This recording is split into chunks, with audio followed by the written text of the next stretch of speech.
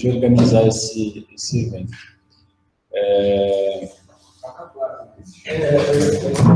Pô, pega mal, né? Gozar dos créditos do nada, podem ficar tranquilos, não vou falar de suicídio. Tem um, mas podem sentar confortável, tá? Que vai ser um pouquinho mais tranquilo. Então, bom, a gente agora são 12h15. Sugiro que a gente tem que ir até 12h45. Perguntas inclusas para o estômago não começar a falar mais alto do que as bocas, ok? Então, deixa eu mostrar aquele papelzinho de 5 minutos. Vamos lá, Luciano, Ulisses vai nos falar então do falecido Mattia Pascal. Ok, então agradeço vocês pela presença. Hoje somos esse evento mais numeroso que o ano passado. É bom estar sempre juntos. Como eu disse, o argumento é um pouquinho mais tranquilo, é tentar fazer aquilo que o Thiago falou ontem, dar um exemplo do que seria um romance do século XX, qual que é essa crise de identidade. Esse seria o romance do Pirandello, que nasceu em 1867. O pai dele era um mercador, ele começa seus estudos em Roma, depois passa pela Alemanha, depois volta para Roma para trabalhar com o pai, tinha uma mina de enxofre, casa-se com a filha do sócio do pai, então é um casamento já marcado, ele não conhecia a mulher. Depois eles acabam se dando bem, tem 3 filhos, mas depois tem um desastre. Tem uma enchente ali na cidade dele, e a mina do pai dele, que era de enxofre, não sei explicar porquê, mas quando entra em contato com água, perde seu valor, não consegue mais vender. Então ele entra em crise e a mulher dele fica louca. E daí tudo isso aí vocês vão perceber um pouco isso na história dele. Ele que começa a carreira como um escritor de fato em 1901, então está bem no comecinho do século XX, bem ali um grande exemplo, com Lescluze. Ele começa como um romancista, mesmo se ele é conhecido como um dramaturgo, depois a grande ópera dele é no teatro. Mas com Lescluze, o segundo dele, em 1904, é o falecido Mattia Pascal. E ele é um grande exemplo dessa literatura do século XX, porque o tema principal dele é a identidade, essa crise de identidade. Por exemplo, você vê, e eu escolhi esse romance, acho que admiti o único que eu li dele, mas eu acho que é o arquétipo do personagem dele. Eu assisti pelo menos umas 5 obras, peças de teatro dele, e parece que ele repete o mesmo personagem. O Mattia Pascal, depois vocês vão entender, ele parece que ele divide em 2 personagens, ele põe 3 personagens, e o problema é sempre o mesmo. É a crise de identidade, é a questão da verdade, e ele faz sempre críticas da crise de valores da sociedade da época. Então ele faz crise da democracia, a ciência, em certo modo a religião. E sobretudo os personagens dele têm sempre essa vontade de liberdade, de mudar, de tentar se encontrar de um certo modo. Então esse romance em questão conta a história do Mattia Pascal, que podemos dizer é um sujeito muito tranquilo, nasce numa família, é um burguês, o pai dele, a origem da riqueza do pai dele ninguém sabe muito bem. Uns dizem que ele apostou com o dono de uma carga e depois esse dono da carga acabou se matando porque perdeu toda a carga. Mas, enfim, depois ele ganha, ele vira um mercador de fato e decide se estabelecer na cidade de Miranha, uma cidade imaginária que ficaria, ela coloca ali na Ligúria, né, perto de Gênova. E então eles vivem ali, tem 3, 4 terras, assim, uma família bem distante, por assim dizer. A mãe dele é uma dona muito tranquila, sempre doente, muito inapta para as coisas da vida, né? Ela não está muito preocupada em fazer as coisas, mas sim cuidar dos filhos. É a grande preocupação dela, até o ponto que quando acontece a morte do pai, aos 4 anos, ela descreve como ela ficou cega para a vida, ela não consegue mais fazer nada. E isso acaba levando que as riquezas da família acabam na mão de um amigo do pai, um bata-madanha, um cara gordo, baixinho, pernas tortas, e está sempre ali tentando enganar a mãe. Ele chega e fala assim, precisamos mudar a plantação aqui, construir uma outra coisa nessa terra aqui, mas no fim ele está sempre pegando aqui por fora. Ele acaba casando esse bata-madanha, né, um grande hipócrita, um ladrão. Ele casa com uma mulher, depois de 2, 3 anos ele não consegue ter filho. Ele está ali com filhos, né, com 40 anos, ele está ali já com o dinheirinho da parte já, e ele não consegue ter filho, então ele acusa ela de ser estéril. Aí depois ele vê que não dá certo, ele tenta uma abordagem com a sobrinha dele, que tem 18 anos. Então o Mattia Pascal, que é um amigo dele, vendo isso, né, ele fala, não podemos deixar ela cair nessa desgraça, né, esse cara aí já roubou todo o meu dinheiro, roubou a riqueza da minha família, agora vai desgraçar a vida dessa menina também. Daí ele acaba entrando sempre, frequentando essa casa e acaba se apaixonando por essa moça. Os dois se apaixonam, ela também gosta dele. E no final eles se casam. Na verdade, ela engravida e o Beta-Malan, como um bom hipócrita, ele diz assim: ah, você manchou a honra da minha família e agora você vai ter que casar. Depois ele vai com a mulher, dá um tapa nas costas, fala: ah, sem problemas, que eu ajudo você com dinheiro. Daí ele fala: grande hipócrita, né? O cara rouba o pai para dar pro filho. E daí eles começam a ter uma crise econômica, ele perde todas as terras, ele fica em dívidas ainda. E eles vivem naquela situação, então, obrigado a viver com a sogra, que é a única mulher que tem renda na família, tem aposentadoria. Vivendo com a sogra, que ele descreve como uma bruxa, é a imagem da sogra, assim, de filme, né? Aquela mulher, ele entra em casa, a mulher já olha para ele, né? Ele dá um passo, fala: o que você está fazendo? Não fazendo nada, né? A descrição que ela dá dele é bonanuna, né? Uma pessoa que não sabe fazer nada, não presta para nada. Até porque as histórias dele, né? Ele sempre corria atrás, né? Um rabo de saia, sempre atrás das mulheres, não fazia nada. Essa imagem de vagabundo não ia muito bem para ele, porque ele não conseguia emprego. E daí ele vai morar com a sogra, tem sempre esse problema, a mãe tem que morar junto, né? Está ficando cada vez mais doente, e a sogra, além de não gostar dele, despreza ele completamente, ela destrata a mãe. Daí ele fica meio nessa tensão, assim, né? Ele quer sair de casa, porque ele não aguenta mais ficar ali dentro, mas a sogra destrata a mãe. Daí depois ele consegue arrumar um emprego, as coisas parecem melhorar um pouco, ele já pode esfregar o dinheiro na cara da sogra, falar: olha, meu dinheiro, não reclama. Ele tem as duas filhas, uma das gêmeas, né? Uma morre, a outra chega a ter 1 ano. Daí a situação começa um pouco a mudar. A segunda filha morre, a mãe morre, e ele se vê nessa situação.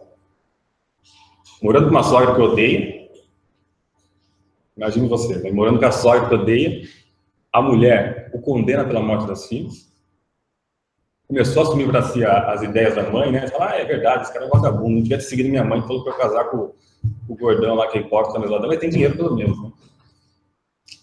E sem a mãe, que era a única família que tinha ainda em vida, o irmão já tinha se casado, morava na cidade, e daí ele se vê nessa situação, e nesse meio tempo, ele recebe o dinheiro do funeral da mãe do irmão, é um bom dinheiro, né? Ele ganhava alguma coisa entre 60 liras, ele ganha 500 liras, então é um bom dinheirão.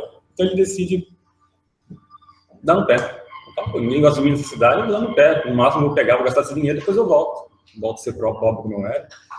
Ele acaba indo com quase uma coisa da providência, ele vê um livro de jogo e acaba indo para Monte Carlo. Daí ele tem a sorte grande. Ele aposta o dinheiro, né? Ele não tinha certeza como jogar, ele aposta, daí das 500, ele ganhava 60, ele tinha 500 e ganhou 82 mil livros. Alguma coisa que ele teria que trabalhar 1.200, 1.300 meses para ganhar aquele dinheiro. Daí tá sempre, tem sempre um suicídio, né? Em Monte Carlo ele vê um cara se suicidando e fala: não, agora tem que parar, agora a coisa ficou séria, não estou entendendo mais nada, vou pegar esse dinheiro, e vou dar no pé. Daí ele voltando no trem, aquele dinheiro, ele pensando: o que será que eu vou fazer? Será que eu vou esfregar assim na cara da minha sogra? Será que eu vou morar sozinho? Será que talvez dê para reconquistar a minha mulher, talvez não. Daí ele pega o jornal ali no banco, ele vai olhando: suicídio. Daí ele vai ao suicídio, Miranda, na cidade dele, ele vê o nome dele ali. Foi encontrado morto. Suicídio. Como suicídio? Ele vai no índio, ele desce, ele quer pegar as pessoas pelas pessoas e fala: estou vivo aqui. Vocês estão falando que eu estou morto? Como é possível, né? E daí vem a tentação para ele. Vou voltar para casa, ninguém gosta de mim, vou pegar esse dinheiro e vou dar no pé. Vou criar um novo homem, como ele diz, né? Vou criar uma nova personalidade, vou ser de fato aquele homem que eu quero ser. Quem não teve a sensação? Falar: agora eu vou largar e vou ser o homem que eu quero ser. Pegar aquele negócio do ideal do real, falar: agora eu vou ser o ideal de vez, agora eu tenho dinheiro, tenho tudo, não tenho amarras da vida, não tenho mais mulher, não tenho nada, vou ser o homem que eu quero ser. Daí ele fica lá e ele vai pensando, ele espera um tempo, começa a viajar pela Europa, e nesse meio tempo ele vai pensando: agora eu preciso de um nome. Daí ali no trem tem 2 caras falando sobre ícones cristãos, né? Um diz que Jesus era feio, o outro diz que Jesus era bonito, uma discussão meio engraçada, irônica. Daí um cita Adriano I, fala: Adriano, tá certo. O outro vai lá e fala Mendes. Ele: tá bom, Adriano Mendes, nem batizado aqui. Novo homem. Esse é meu nome aqui. Daí ele começa a pensar, ele fala: agora eu preciso mudar meu visual, porque senão vão me reconhecer. Esse Matias Pascal, né, ele tinha um olho, ele era estralo, ele tinha um olho torto. Eu preciso mudar, corta o cabelo, faz a barba, põe um óculos. E a última coisa que ele faz é jogar o anel no casamento. Ele se livra do anel e ele começa a criar o passado dele. Ele fala, um homem pode não ter passado por uma certa hora, vou conversar com alguém vai me perguntar, né? Onde você nasceu, quem é seu pai. Ele disse então que o pai dele teria nascido na Argentina, veio para a Itália, todo mundo morreu, desapareceu, e aí, ó, tá explicado. Ele tá sozinho, não tem mais parente, não tem que explicar nada para ninguém. Ele faz algumas viagens pela Itália, vai pela Alemanha, Itália, e nesse meio tempo ele está sempre naquela vontade de liberdade. Isso é a coisa principal, liberdade, né? Que levar a liberdade ao último estágio, né? E ele sabe que ele vai ter que sacrificar uma certa confidência. Se ele tem uma confidência com uma pessoa, vai chegar no bar e falar, ei, tudo bom? Onde você mora? Ele vai ter que ele sabe que ele vai ter que inventar algumas coisas, né? Algumas mentiras. E ele começa a perceber que está condenado a ser sempre um foragido. Ele não pode ter confidência, porque qualquer lugar que ele vai ser, como diz, um estrangeiro. Em outra proporção, mas sempre um estrangeiro. Está sempre perambulando por aí e nunca vai se sentir em casa. E ele começa a ver algumas situações que ele não consegue sair. Por exemplo, ele vê assim, um cachorro e fala assim, que vai ser esse meu companheiro. Ele lembra assim, fala, não, mas para ter um cachorro você paga taxa. Aí não, vai limitar minha liberdade, já deixa o cachorro para lá e vou seguir viajando. Aí o segundo, o outro ali, ele para no bar conversando com o cara dá um cartão de visita para ele. Ele fala, puta que pariu, morto não pode ter cartão de visita, o que eu faço agora? E daí ele se decide então, ele quer ter uma certa confidência, ele não aguenta mais ficar viajando sozinho, então ele decide ir para Roma, porque Roma era uma cidade que ele gostava e sobretudo porque Roma era a cidade dos foragidos. Tem muita gente, tem tanta gente e tem um foragido ali no meio que um foragido não denuncia o outro. Então, para ele estava certo, ele se estabelece numa pensão, acaba depois se apaixonando pela filha do dono da pensão, né? Tem certos episódios hilários ali dentro, por exemplo, encontros espíritas engraçadíssimos no filme, onde ele faz ironia com a definição de religião ali no começo do século. Como eu disse, ele faz críticas à democracia, que parece um pouco a crítica do THC, por exemplo, mesmo se não é tão profunda, ele passa de leve. E daí depois, cada vez mais, ele tem sempre essa situação que ele dá um certo incômodo, ele tem que ou inventar uma mentira maior, ou ele não sabe o que fazer e acaba não fazendo. Por exemplo, ele viu 4 assaltantes, eles tentam roubar uma mulher, daí ele vai lá, assim, bate nos 4, apanha um pouco, daí a mulher fala, não, sem problema, agora vamos denunciá-los. Eu ajudei a senhora, mas denunciá-lo não dá, né? Aí já tá pedindo muito, né? Aí você complica pro meu lado. Ou coisa simples, por exemplo, ele sempre faz isso aqui com o dedo. E a mulher que mora na pensão dele fala, você é casado, né? Ah, você é casado, né? Não, tenho certeza que você é casado. Onde você mora? Daí fica sempre aquela coisa dele, não, ele inventa uma mentira aqui, daí ele tenta consertar aqui, daí depois ele puxa uma outra aqui. Até o ponto de um certo sujeito que trabalha na prefeitura encontra um cara que chama Meis, coincidência, que se diz ser o primo dele. Ele disse, não, mas ele disse que ele viveu a infância em Turim. Ele fala, esse cara é de Turim, olha a coincidência. Ele fala, não, mas não é meu primo, não, porque eu vivi muito pouco lá. E depois tem um outro que ele encontra um espanhol, o mesmo espanhol que ele encontra em Monte Carlo. Ele fala, puta que pariu. O mesmo espanhol que eu encontrei em Monte Carlo, tá me enchendo o saco tentando, porque ele tava com sorte, o cara ficava atrás dele olhando e falava, ele vai jogar no 12, eu vou colocar no 12. Daí, o mesmo espanhol na mesma pensão em Roma, que é uma cidade grande, quem já foi para Roma sabe que aquilo ali é uma confusão, né? Então, e ele encontra o mesmo, né, parênteses, isso acontece, porque eu nasci num bairro entre a roça e Jundiaí, né? Entre a roça e a cidade. Tinha uma padaria pequena ali, desde que eu era pequeno. Um certo dia, tem um amigo do meu pai que está em Veneza, eu moro na Itália. O meu amigo está em Veneza, marcamos de almoçar, né? Obviamente, Veneza, se você marca um lugar, você vai se perder. É linda, maravilhosa, você dá assim, sei lá, no WhatsApp, o GPS preciso, você vai se perder, não tem jeito. Perder se molhar. Uns dois. Ou caiu, Daí tá andando por ali e eu sinto assim, Marilza é minha mãe, né? Marilza, chamando minha mãe, que não sabe tão bem. Italiano pronuncia sempre um jeito, um L mais forte. Eu vim pra trás, cara. É o dono da padaria. E, na verdade, ela é mercearia, né? Que é uma pequena. Quando o dono da padaria vai estar no mesmo lugar, em Veneza, no mesmo dia, na mesma hora, e ela reconhecer. Daí ele encontrando esse espanhol, ele vê uma crise, ele fala, pô, aí já tem um liame entre o velho Mathieu Pascal e o novo Adriano Mendes. Ele fala, ele não dá. Ele começa a se sentir angustiado. Ele começa a andar pela cidade, qualquer lugar ele está com medo de ser descoberto. Ele não sabe por que, ele fala, pô, eu estou com esse medo, mas eu não fiz nada, eu não sou assassino, não cometi um crime, por que eu estou com esse medo? O que eu estou fazendo? Né? Ele tem sempre essa angústia, com a tensão também da liberdade, fala, não, mas eu tenho que manter a minha liberdade, eu quero ter confidência, mas eu não quero ser descoberto, e eu não sei do que eu quero ser descoberto. Depois tem um outro, ele é roubado, o dono da pensão tem 2 filhas, uma morreu, então o viúvo, ele teria que devolver um dinheiro pelo casamento, ele ia morrer, teria que devolver um dinheiro, então ele está tentando casar com a segunda filha para não devolver dinheiro. Só que ele vê que está tendo essa relação. Então ele pega, rouba o Adriano Mendes para tentar mandar ele embora. Ele fala, eu sei quem roubou. Ele é um filho da mãe e não posso denunciá-lo de novo. Ou seja, ele vê a situação dele ali, que ele inventou, ele nada mais é que a sombra de um morto. Todo mundo pode chegar nele, pode cuspir nele, pode pisar na cara dele, pode roubar, ele não vai poder fazer nada. Porque ele está condenado a ser só a sombra de um homem.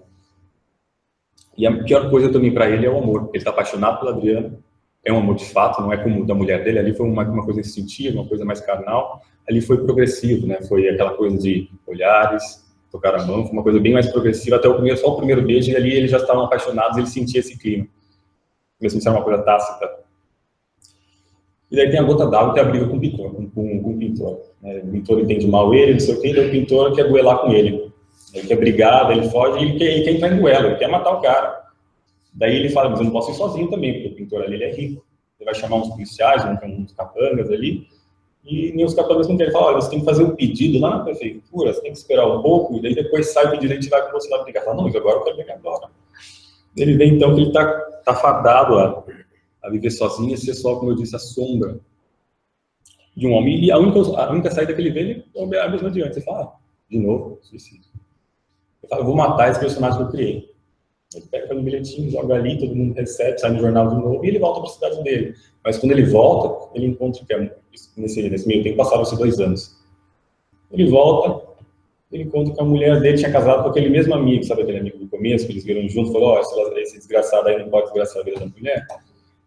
E está casado com a mulher e já tiveram um filho. Ele fala, aí tem um problema.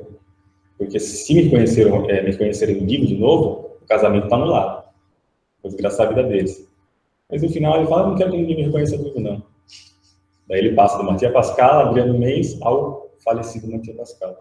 Que é como acaba o romance, né? Ele fala que as pessoas estão mais curiosas, não de saber quem é aquele cara que voltou, se é o mesmo, mas quem é o cara da tumba, né? Quem foi enterrado. Daí ele fala assim, a pessoa chega e fala, você é aquele que está morto? Ele fala isso para ele, né? Prazer, eu sou o falecido Mathieu Pascal. Assim, daí acaba o romance. Mais do que isso, né? Você contou aqui, final do filme?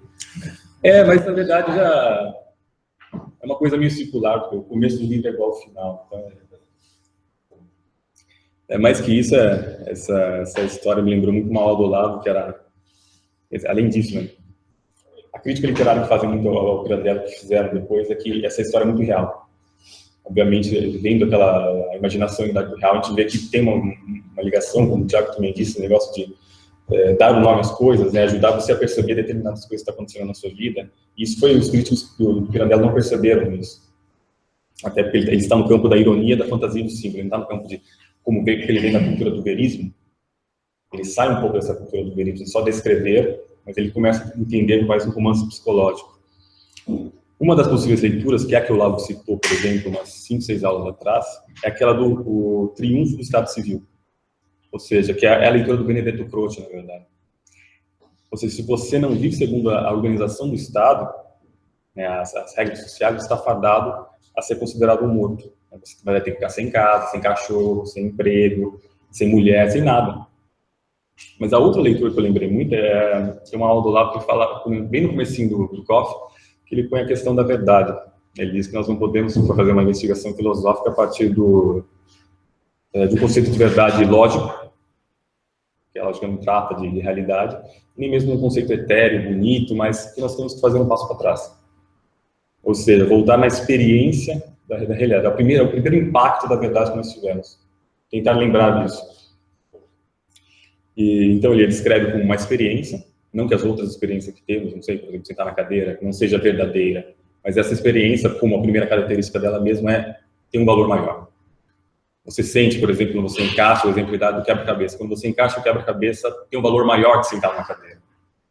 A segunda característica é, por exemplo, vem um contraste. Tem sempre o contraste por oposto, tem sempre o contrário.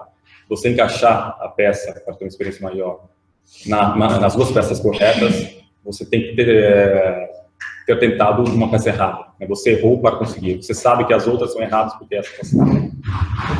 E a terceira característica é que é inegável. Tem um elo de necessidade. A peça A encaixa na peça B e não encaixa em todas as outras. E assim você não pode negar. Você pode tentar encaixar em todas as outras. 1 milhão de peças, isso não vai mudar. Até então, a experiência animal é idêntica. Quando, por exemplo, um rato, ele aperta uma alavanca e cai o queijo, ele tem uma experiência parecida. Uma experiência mais importante, por exemplo, que, não sei, que fica cheirando alguma coisa que caiu no chão. Ele sente que o queijo cai, então tem uma experiência maior e ele reconhece a diferença de não cair queijo ou cair queijo, essa diferença. Mas a peculiaridade do ser humano é a primeira consciência plena nessa experiência. Ele sabe que sabe. Quando você aprende a regra de um jogo, você pode mostrar para o seu amigo, olha como eu sou bom, tá vendo? Você não sabe. Eu sei, tá vendo? Eu sou bom. Posso fazer de novo, posso fazer de novo. Você viu você fazer? E depois a última mais importante é que a face da experiência da verdade é a verdade como oposta à mentira. O animal é um simples erro. Quando, por exemplo, o rato aperta a alavanca e não cai o queijo, o que é aquilo para ele? É mentira? Não, é um erro. Não cai o queijo. Por quê? Não sei. Mas o do ser humano é da verdade oposta à mentira. E isso vem, perceber isso, essa verdade oposta à mentira, traz consigo uma responsabilidade. Por exemplo, quando você faz uma determinada coisa que só você sabe. Por exemplo, quando você quebra um vaso na sua casa, você vai querer esconder da sua mulher e você sabe que foi você. Só você sabe, ninguém viu, ninguém não tem nenhum testemunho. Só você sabe, então isso tem uma certa responsabilidade. Você percebe também que você pode agir sobre as pessoas. Ou seja, por exemplo, o Felipe está ali no bar, ele coloca a carteira ali em cima, eu vou ali e pego os 10 euros dele. Aí chega o Thiago e fala, olha assim do lado, o Felipe olha, bem na hora, olha para o Thiago e fala, ele olha a carteira, faltando 10 euros, ele viu o Thiago ali, ele vem perguntar para mim e fala, Ulisses, você viu se o Thiago mexeu na minha carteira? Eu sei que fui eu. Eu falo, vi. Eu vi que ele mexeu. Daí, desse ponto, eu estou agindo já na situação. Por quê? Porque o Felipe vai começar a olhar para o Thiago com uma cara feia. E o Thiago é corintiano? Pior ainda. Ele vai começar a olhar ele com uma cara feia. Daí o Thiago vai chegar na simpatia ali no bar e falar, Felipe, vamos tomar um café? Você paga. Ele fala, o cara rouba meu dinheiro e ainda quer que eu pagar o café. Né? Brincadeira. Daí, e a mesma coisa, eu vou ter que mudar sempre a situação, por exemplo, se o Luciano me viu que eu cheguei perto da carteira, daí ele fala pro Felipe, eu vi isso também na carteira, daí ele pergunta de novo, Ulisses, você está na carteira? Daí eu vou ter que inventar uma outra mentira. Eu vi, mas eu só queria ver a marca. Daí eu inventei outra, comecei a criar outra situação. E dessa questão, então, perante a verdade, nós temos duas possibilidades. A primeira é admitir e a segunda é negar. Se você nega, você está criando uma nova linha temporal. Tem a linha temporal, então, dos atos que aconteceram de fato, e a linha temporal seria aquela que você acabou de criar, ou seja, você está sendo ali, está criando um novo teatro e você está dando os papéis. Eu dei o papel aqui, ele vai olhar para o Thiago é ladrão, e ele aqui, eu estava olhando sua marca, assim, ele falou errado. Então, nesse teatro, e obviamente, como nós podemos perceber na história do Mathieu Pascal, toda essa mentira, como ele tenta inventar, ao invés de admitir isso aí, ele tenta fazer o quê? Quer negar. Ele fala, eu vou admitir essa vida, né? Vou admitir o que eu sou, vou admitir tudo aquilo que eu ainda não sou, eu estou incomodado, mas o que eu vou fazer? Eu vou admitir a partir daqui ou vou mentir? Ele faz a negação. Ele nega totalmente, ele nega todo o passado dele, ele fala, até aqui eu não tenho nada, eu vou ser um novo homem que eu quero ser. Parece uma coisa meio demiúrgica, né? O cara se põe quase na posição de Deus, falando, olha, como se no momento da criação falasse, Deus, tá um pouquinho mais forte aí, por favor, né? Sei lá, 2 braços grossos, seria mais bonito, né? E daí, nesse ponto, é sempre uma realidade esquemática, como se fosse, vai sempre vazar do saco, tem sempre um buraco, né? Você cria uma mentira como o Mathieu Pascal, né? Ele fala que não é casado, tá fazendo assim com o dedo, né, do olho, ele sempre inventa mentira, ele inventa outra, vai sempre vazar e ele vai ter que sentar tapar. Mas cada vez que ele tapa, vaza para o outro lado, vaza para o outro lado, vaza para o outro lado. E no final, cria uma situação que ele vai ter que falar, não dá mais, como ele fez no final. Ou seja, essa leitura que eu faço é mais uma via de consciência pessoal, porque ele nunca quer ser o mesmo que tinha passado no começo, porque ali ele era imaturo. Ou seja, ele amadurece porrada mesmo, o autor usa essa palavra. E a outra, voltando na questão, a outra possibilidade então é admitir, que é o velho método da confissão que o Olavo sempre fala, que é o que o Mathieu Pascal faz no final. Que quando ele volta, o que ele faz? No começo, é engraçado que o Mathieu Pascal ele tinha isso, ele usa essas palavras muitas vezes, confessar, reconhecer. No começo o livro começa como? O Mathieu Pascal está ali com os amigos dele, e os amigos dele fazem algumas perguntas estranhas. Ele faz assim, e... prazer, Mathieu Pascal, cara, eu sei, você é meu amigo, mas não foi isso que eu perguntei. Ele fala, você acha pouco que eu sabia que eu sou Mathieu Pascal? E depois ele perde isso. Então, a outra solução então seria admitir, ou seja, restabelecer a linha temporal do passado, dos fatos de fato, com a sinceridade do presente. Então, eu me recoloco na linha temporal. E só nessa ação eu tenho que reconhecer então, a linha do passado temporal, a minha ação, a unidade do real e a causa e efeito. Ou seja, o dinheiro foi roubado porque eu roubei, não foi o Thiago. E isso eu me restabeleço. E só daí que eu posso partir. É isso que o Olavo fala. Para qualquer investigação filosófica, você tem que partir disso. Como se fosse um alto e baixo relevo.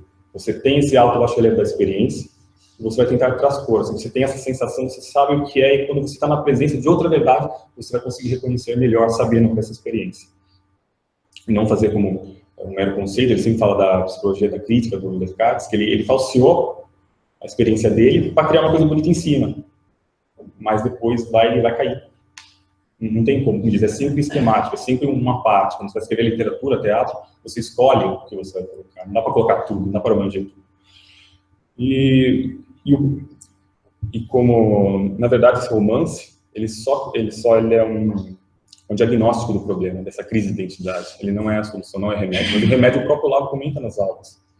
Além do método da confissão, ele fala da questão dessa divisão, né, da cultura e da alma, fazer essas 5 coisas distintas. E ele fala para voltar a isso, que é muito comum, para voltar a isso seria voltar com a questão da forma, olhar para si próprio com a questão da forma, fazendo aquele exercício, por exemplo, de escutar a mesma sinfonia 1.800 vezes, até o ponto que você consegue reconhecer a forma e você consegue lembrar de toda a sinfonia num espaço temporal diferente. E isso olhando para a sua própria autoimagem, daí você consegue, por assim dizer, delinear qual é o eixo central da sua personalidade. E o segundo seria buscar essa autoimagem, não em escritores do século XX, em pessoas do século XX, XIX, mas voltar na época, por exemplo, do século XV, XVI, por exemplo, o Thiago veio do Don Quixote, falou que era um bloco, um cara íntegro, onde as pessoas eram tomadas na sua totalidade, ou seja, a alma é a cultura, não tinha essa divisão. Ela era uma alma vivente, por assim dizer, não tinha essa distinção dessas duas coisas. Então, como eu disse, mais que a leitura do triunfo do Estado Civil, eu prefiro ver isso como uma busca, quase uma odisseia pela consciência individual. E como o próprio Pirandello fala, né, o Olavo sempre cita com esse esse dito italiano, né, se non è vero ben trovato. Se não aconteceu mesmo, porque é mentira, porque depois no pós-fácil que o Pirandello põe, 20 anos depois que ele lançou, ele cita um caso na Alemanha, em 1919, que o cara casado sumiu. Na verdade, ele foi numa outra cidade, foi preso nessa cidade, mas ele ficou preso na cidade. Uma mulher achou que ele tinha ficado ali, sumiu, né? Vou casar de novo. Passaram os 8 meses, o cara preso, foi solto, ele voltou. Só que reconheceram ele morto. Ele chegou ali, a mulher está casada de novo e o cara foi reconhecido morto. Isso aconteceu de fato. Ou seja, a primeira crítica que fizeram ao Pirandello ele que trata sempre da ironia, né? O humorismo dele, né? Ele tenta despir essas personalidades divididas dos personagens dele com humor.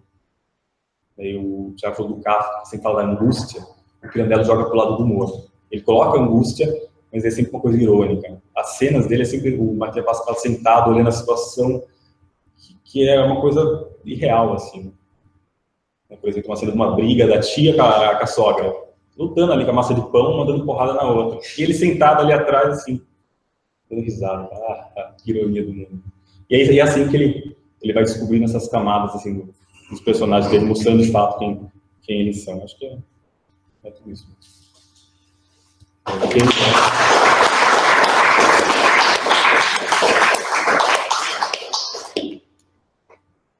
Obrigado, Ulisses.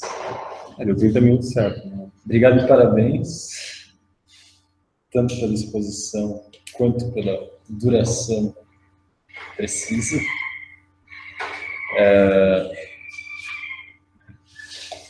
Alguém gostaria de acrescentar algo a essa...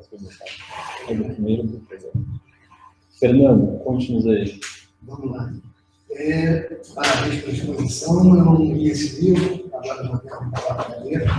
Eu achei, assim, além dessas reflexões sobre o vínculo dessa obra com o próprio Olavo de Carvalho, eu iria até um pouco além. Eu acho que cabe até essa crise de identidade remete a dois temas muito caros a ele, como o gaysismo e o feminismo. Até porque no mundo de hoje, pelo menos as obras que a gente tem visto, elas não reforçam esse senso de autoconhecimento e de confissão, muito pelo contrário. Né? O que a gente estava discutindo ali fora, hoje em dia tem na filosofia do direito uma corrente que chama justiça como reconhecimento, ela é capitaneada lá por Nancy Fraser e Axel Honneth, né? Esses camaradas basicamente eles dizem que a justiça consiste em você ser reconhecido por aquilo que você gostaria de ser ou que você entende de si próprio, ainda que sejam desejos assim esquizofrênicos ou completamente egoístas, né? Então a gente vê assim, por exemplo, no cinema, no filme que estava dando do Corujão, era aquele O Homem Bicentenário, né? Para quem não viu esse filme, o ator lá é um robô, né, que no final de tudo ele quer ser reconhecido como um ser humano e ele vai pedir a um tribunal internacional, aí tinha uns partidos assim, dos países, tudo mais, e a gente até torce por esses camaradas, né?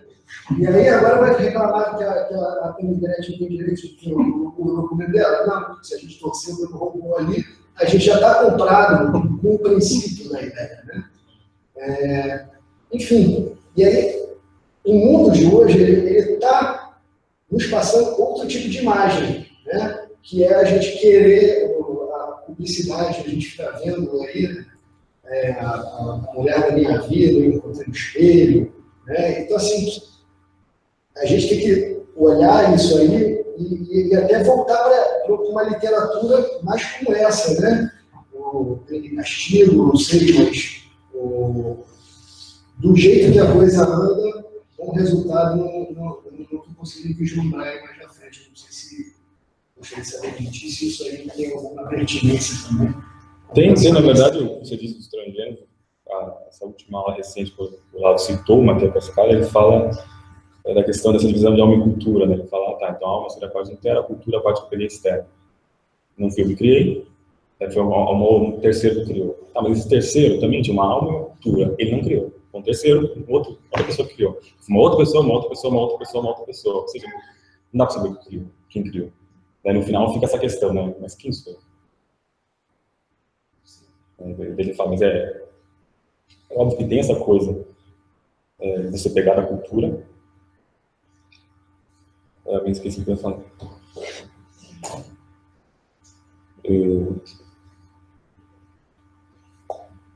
Esqueci. Eu estou me salvar aqui.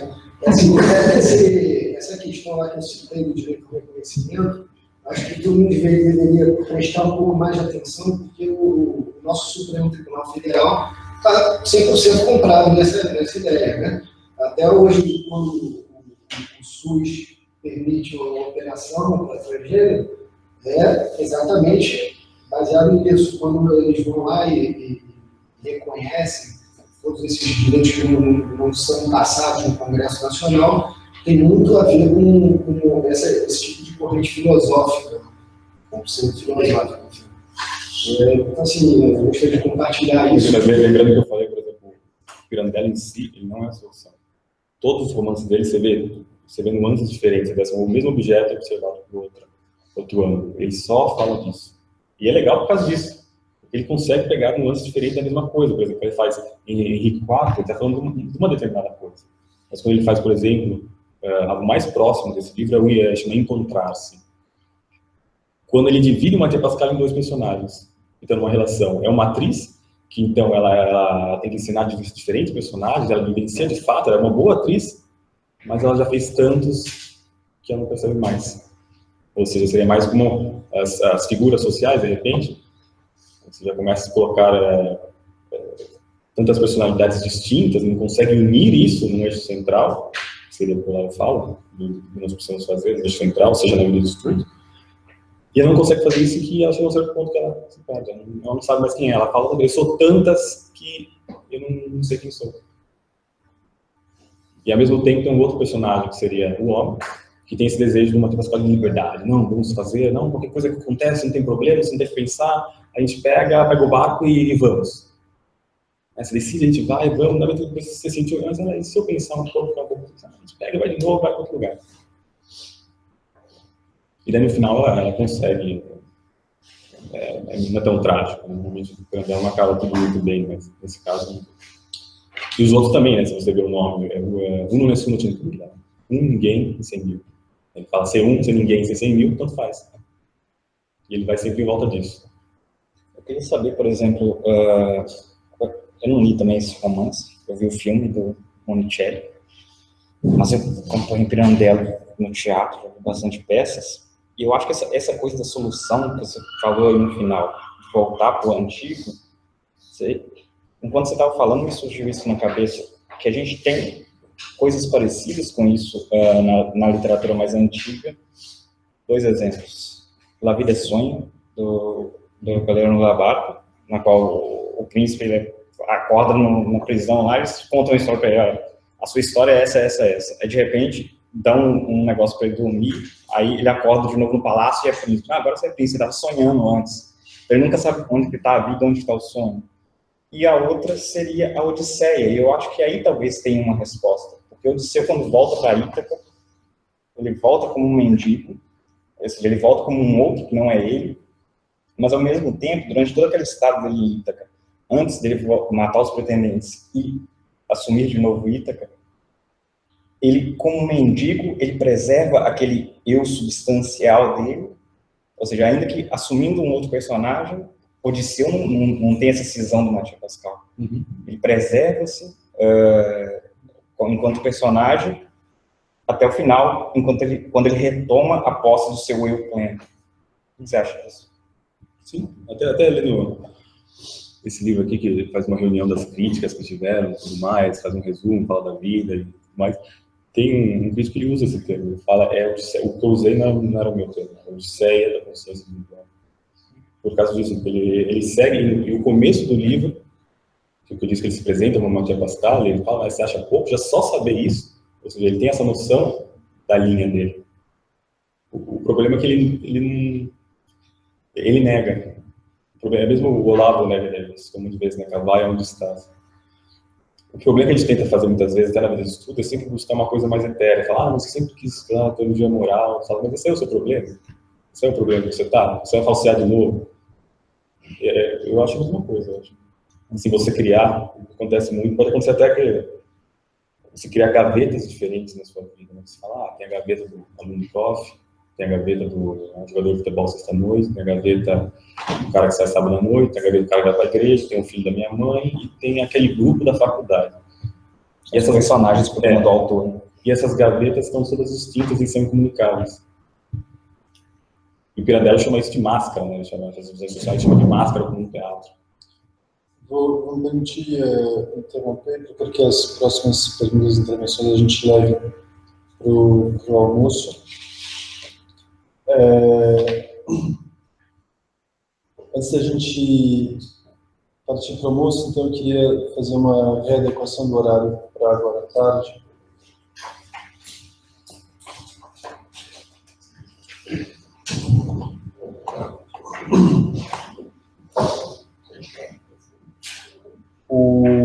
sai do coral do seminário, a gente retoma às 14h15. Das 14h15 às 15h, que a gente deu para perceber ontem que 45 minutos é a boa duração para ele.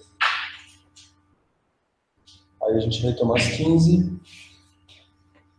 Minha exposição, a do Douglas, 30 minutos de coffee break, 1h30 de mesa redonda, parece bastante, 30 minutos de pausa para preparar a palestra do Gugu, e a palestra do Gugu, que se encadeia com o jantar no Capa Negra, a melhor francesinha do Porto.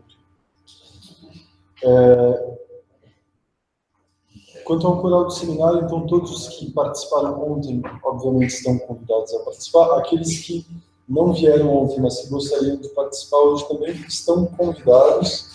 Ulisses, mais uma vez, parabéns, muito obrigado. Valeu.